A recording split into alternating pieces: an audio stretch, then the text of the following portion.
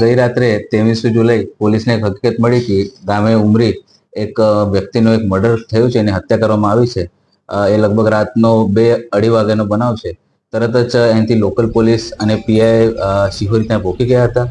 જગ્યાને cordon of કરવામાં આવ્યો હતો અને પૂછપરછ કરતા ત્યાં એક નજર જોનાર સાહેબ ઓલરેડી ઊભો હતો.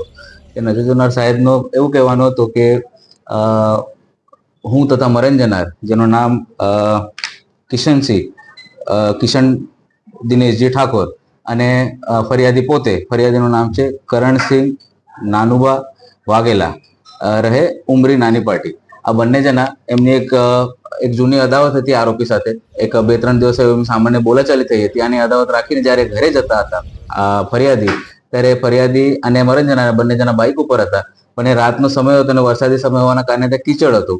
આના કારણે મરણ જનાર સાહેબ ઉતરી ગયો હતો અને જે ફરિયાદી છે બાઇક લઈને આગળ જતો હતો. તે જૂની અદાવતના કારણે એ જે આરોપી છે એમનું નામ છે રોહિતસિંહ નંદુબા વાઘેલા, રહે ઉમરી નાની પાટી. એ ઇકો ગાડી લઈને પોતાને પાછળથી એમના ઉપર, એમના બોડી ઉપર ચડાવી દીધી અને એમના આ ઇમ્પેક્ટ એમની તે જગ્યા ઉપર જ મોત થઈ ગઈ હતી.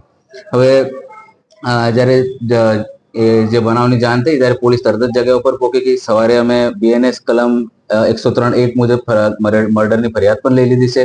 અને જે મુખ્ય એમાં આરોપીનું નામ છે રોહિતસિંહ નંદુબા વાઘેલા, ઉમરી નાની પાટી, એમને અત્યારે પોલીસે રાઉન્ડ અપ કરી દીધું છે અને એમની પૂછપરછ ચાલુ છે. એમને